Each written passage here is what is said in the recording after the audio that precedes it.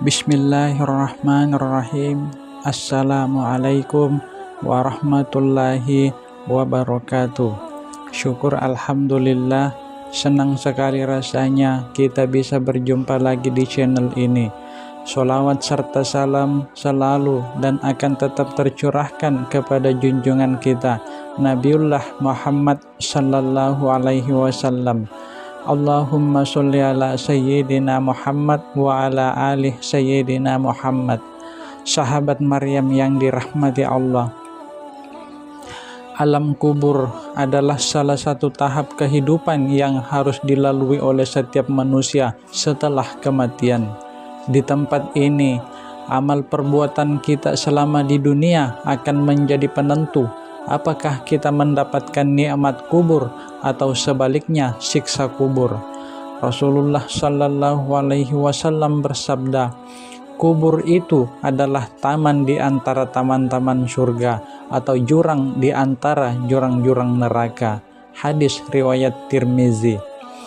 Namun tahukah Anda bahwa ada satu amalan sederhana yang dapat kita lakukan setiap malam untuk menghindarkan diri dari siksa kubur? Amalan ini hanya membutuhkan waktu sekitar 2 menit, tetapi manfaatnya sangat besar. Mari simak pembahasan ini hingga akhir untuk mengetahui amalan tersebut. Jangan lupa untuk subscribe channel ini, aktifkan lonceng notifikasinya, dan bagikan video ini kepada teman-teman Anda agar semakin banyak yang mendapatkan manfaatnya. Pedihnya siksa kubur dalam Al-Quran dan hadis.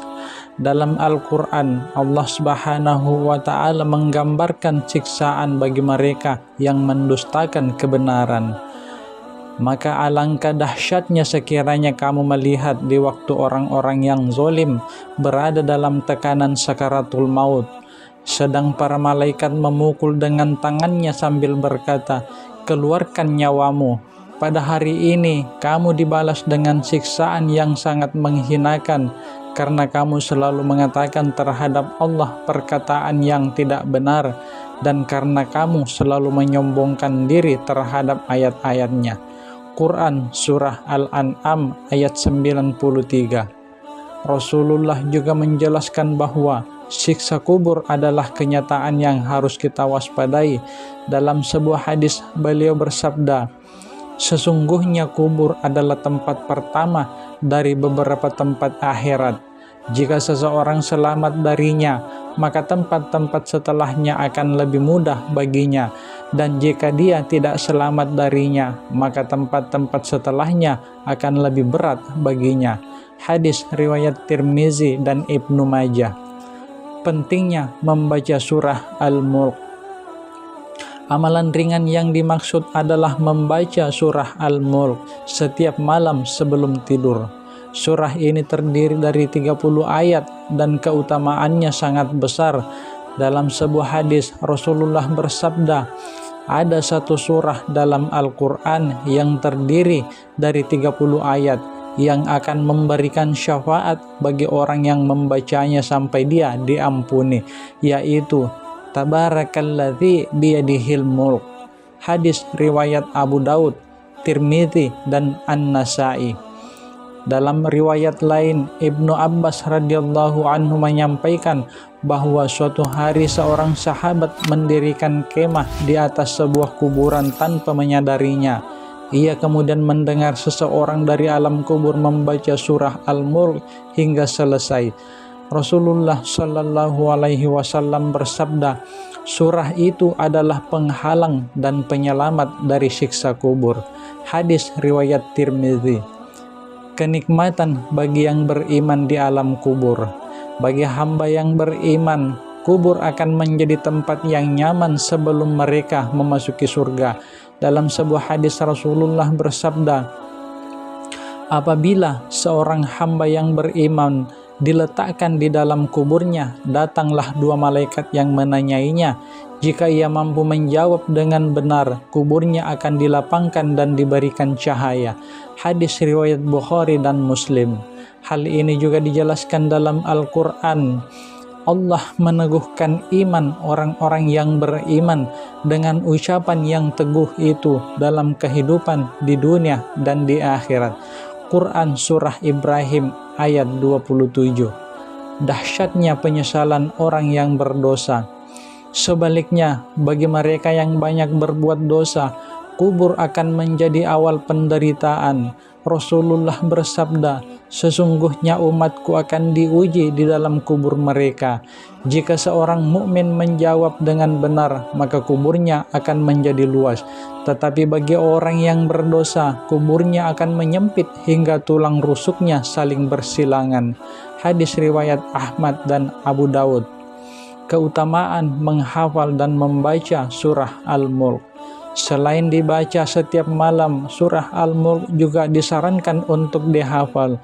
Rasulullah Sallallahu Alaihi Wasallam menamai surat ini dengan Al-Munjiah atau penyelamat dan Al-Mani'ah atau penghalang. Abdullah bin Mas'ud radhiyallahu anhu berkata, barang siapa membaca surah Al-Mulk setiap malam, maka Allah akan menghalanginya dari siksa kubur. Hadis riwayat An-Nasa'i dan Al-Hakim. Anas bin Malik radhiyallahu anhu menceritakan sebuah kisah tentang seorang lelaki yang membaca surah Al-Mulk. Ketika malaikat hendak memberikan azab, surah ini memohon kepada Allah untuk membebaskan orang tersebut. Allah pun mengabulkan permohonan tersebut dan menjadikan surah ini sebagai pelindung bagi hamba tersebut di dalam kubur. Bagaimana cara membiasakan membaca surah Al-Mulk? 1. Luangkan waktu sebelum tidur, sediakan waktu 2 hingga 3 menit untuk membaca surah Al-Mulk.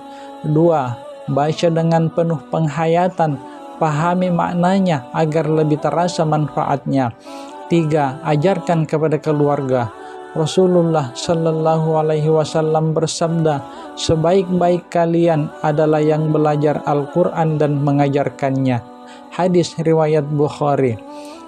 4. Jadikan kebiasaan. Amalan kecil yang dilakukan secara konsisten akan mendatangkan pahala besar di sisi Allah.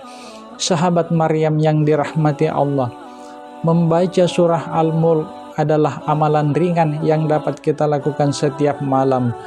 Amalan ini tidak hanya mendatangkan pahala, akan tetapi juga melindungi kita dari siksa kubur. Semoga kita termasuk hamba-hamba yang dimudahkan untuk merutinkan amalan ini. Mari kita jadikan hidup ini lebih bermakna dengan memperbanyak amal kebaikan, sehingga kelak kita dapat menghadap Allah dengan hati yang tenang. Terima kasih sudah menonton video ini. Semoga bermanfaat. Lebih dan kurangnya mohon dimaafkan dan sampai jumpa di video berikutnya.